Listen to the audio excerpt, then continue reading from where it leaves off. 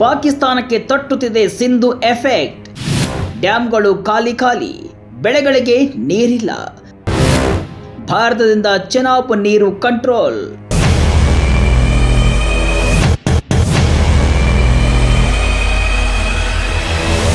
ಪಹಲ್ಗಾಮ್ ಉಗ್ರರ ದಾಳಿ ಹಿನ್ನೆಲೆ ಭಾರತ ಸಿಂಧು ನದಿ ಒಪ್ಪಂದವನ್ನು ರದ್ದುಗೊಳಿಸಿದ ಎಫೆಕ್ಟ್ ಈಗ ನಿಧಾನವಾಗಿ ಪಾಕಿಸ್ತಾನಕ್ಕೆ ತಟ್ಟಲು ಶುರುವಾಗಿದೆ.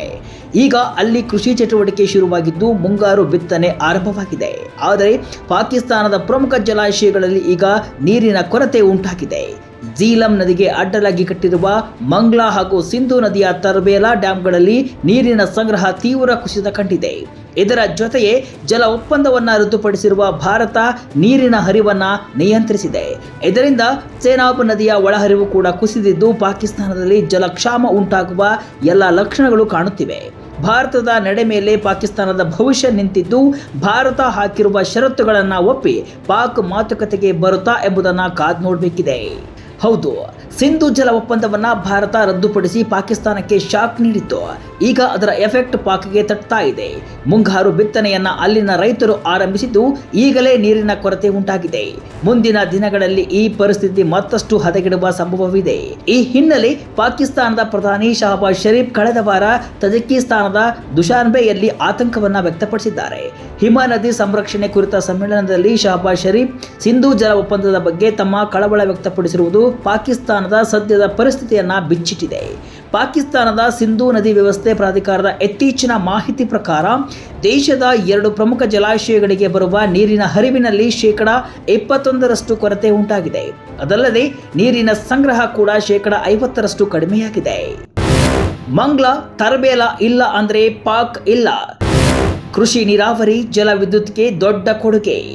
ಈ 2 ಜಲಾಶಯಗಳು ಪಾಕಿಸ್ತಾನದ ಜೀವನಾಡಿಯಾಗಿದ್ದು ಪಂಜಾಬ್ ಮತ್ತು ಸಿಂಧ್ ಪ್ರಾಂತ್ಯಗಳ ಕೃಷಿ ಚಟುವಟಿಕೆಗಳಿಗೆ ಬಹಳ ದೊಡ್ಡ ಮಟ್ಟದ ನೀರಾವರಿ ಸೌಲಭ್ಯವನ್ನು ಹಾಗೂ ಪಾಕಿಸ್ತಾನಕ್ಕೆ ಭಾರಿ ಜಲ ವಿದ್ಯುತ್ತನ್ನು ಒದಗಿಸುತ್ತಿವೆ. ಆದರೆ ಭಾರತದಿಂದ ನೀರು ಪೂರೈಕೆಯಲ್ಲಿ ಕೊರತೆ ಉಂಟಾಗಿದ್ದು ಮರಾಲದಲ್ಲಿ ಚೆನಾಬ್ ನದಿಯ ಒಳಹರಿವು ಹಠಾತ್ ಇಳಿಕೆಯಾಗಿದೆ ಅಂತ IRSA ತನ್ನ ಹೇಳಿಕೆಯಲ್ಲಿ ಹೇಳಿದೆ.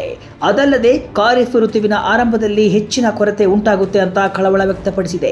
ಭಾರತದಿಂದ ಬರುವ ನೀರಿನಲ್ಲಿ ವ್ಯತ್ಯಯ ಉಂಟಾಗಿರುವುದರಿಂದ ಜಲಾಶಯಗಳಿಂದ ನೀರನ್ನ ವಿವೇಚನೆಯಿಂದ ಬಳಸುವಂತೆ ಅಣೆಕಟ್ಟು ಅಧಿಕಾರಿಗಳು ಮತ್ತು ನೀರಾವರಿ ಸರಬರಾಜು ಮೇಲ್ವಿಚಾರಣಾ ಸಂಸ್ಥೆಗಳಿಗೆ ಸಲಹೆಯನ್ನ IRSA ಸಲಹೆ ನೀಡಿದೆ. ಈ ಪರಿಸ್ಥಿತಿ ಮುಂಗಾರು ಮಳೆಯಿಂದ ಸುಧಾರಿಸಬಹುದು ಎನ್ನಲಾಗಿದೆ. ಆದರೆ ಪಾಕಿಸ್ತಾನದ ಕೃಷಿ ಚಟುವಟಿಕೆಗಳು ಭಾರತ ನೀರಿನ ಹರಿವನ್ನ ಹೇಗೆ ಕಂಟ್ರೋಲ್ ಮಾಡುತ್ತೆ ಎಂಬುದರ ಮೇಲೆ ಅವಲಂಬಿತವಾಗಿದೆ. ಚೆನಾಬ್ ನದಿಗೆ ಜಮ್ಮು ಮತ್ತು ಕಾಶ್ಮೀರದಲ್ಲಿ ಬಾಗ್ಲಿಹಾರ್ ಮತ್ತು ಸಲಾರ್ ಎಂಬ ಚಿಕ್ಕ ಜಲಾಶಯಗಳು ಇವೆ. ಅವುಗಳ ಮೂಲಕ ಹೇಗೆ ಭಾರತ ಚೆನಾಬ್ ನದಿಯ ಹರಿವನ್ನ ಕಂಟ್ರೋಲ್ ಮಾಡುತ್ತೆ ಎಂಬುದು ಪಾಕಿಸ್ತಾನದ ಭವಿಷ್ಯವನ್ನ ನಿರ್ಧರಿಸಲಿದೆ. ಭಾರತ ಇಲ್ಲಿಯವರೆಗೆ ಈ ಜಲಾಶಯಗಳಲ್ಲಿ ಕ್ಲೀನಿಂಗ್ ಮಾತ್ರ ಕೈಗೊಂಡಿದ್ದು ಕೆಸರನ್ನೆಲ್ಲ ಹೊರಹಾಕಿದೆ. ಇದರಿಂದ ಜಲಾಶಯಗಳಲ್ಲಿ ಹೆಚ್ಚುವರಿ ನೀರು ಸಂಗ್ರಹವಾಗ್ತಾ ಇದೆ. ಪಹಲ್ಗಾಮ್ ದಾಳಿ ಬಳಿಕ ಸಿಂಧು ನದಿ ಒಪ್ಪಂದವನ್ನ ರದ್ದುಗೊಳಿಸಿದ ಮೇಲೆ ಭಾರತ ಪಾಕಿಸ್ತಾನದೊಂದಿಗೆ ನೀರಿನ ಡೇಟಾವನ್ನ ಹಂಚಿಕೊಳ್ಳುವುದನ್ನು ನಿಲ್ಲಿಸಿದೆ. ಇದು ಪಾಕಿಸ್ತಾನಕ್ಕೆ ದೊಡ್ಡ ಆಘಾತವನ್ನ ನೀಡಿದೆ.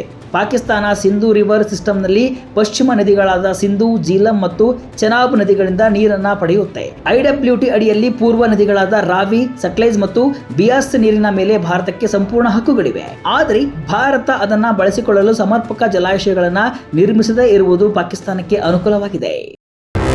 ಈಗ ನೀರಿನ ಕೊರತೆ, ಮುಂದೆ ಪ್ರವಾಹ. ಭಾರತದ ಕೈಯಲ್ಲಿ ಪಾಕಿಸ್ತಾನದ ಭವಿಷ್ಯ. ಮಂಗ್ಲಾ ಡ್ಯಾಂನಲ್ಲಿ 2.7 MFA ನೀರು ಶೇಖರಣೆಯಾಗಿದ್ದರೆ ತರ್ಬೇಲಾ ಅಣೆಕಟ್ಟಿನಲ್ಲಿ 6 MFA ನೀರು ಶೇಖರಣೆಯಾಗಿದೆ.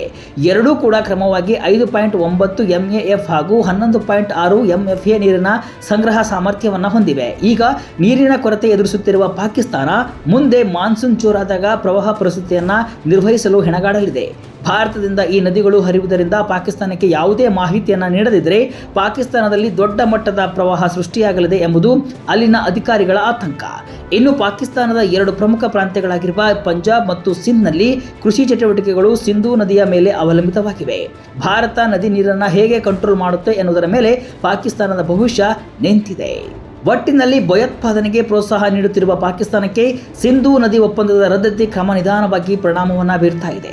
ಈಗ ನೀರಿನ ಕೊರತೆ ಎದುರಿಸುತ್ತಿರುವ ಪಾಕಿಸ್ತಾನ ಮುಂದೆ ದೊಡ್ಡ ಪ್ರವಾಹವನ್ನು ಎದುರಿಸುವ ಸಾಧ್ಯತೆ ಇದೆ. ಈಗಾಗಲೇ ಸಿಂಧೂ ಜಲ ಒಪ್ಪಂದದ ಬಗ್ಗೆ ಮಾತನಾಡಬೇಕು ಅಂದರೆ POK ವಾಪಸ್ ಕೊಡಿ, ಉಗ್ರರಿಗೆ ಪ್ರೋತ್ಸಾಹ ನಿಲ್ಲಿಸಿ ಅಂತ ಭಾರತ ಸ್ಪಷ್ಟಪಡಿಸಿರುವುದು ಪಾಕಿಸ್ತಾನಕ್ಕೆ ಬಿಸಿ ತುಪ್ಪವಾಗಿರುವುದಂತೂ ಸತ್ಯ.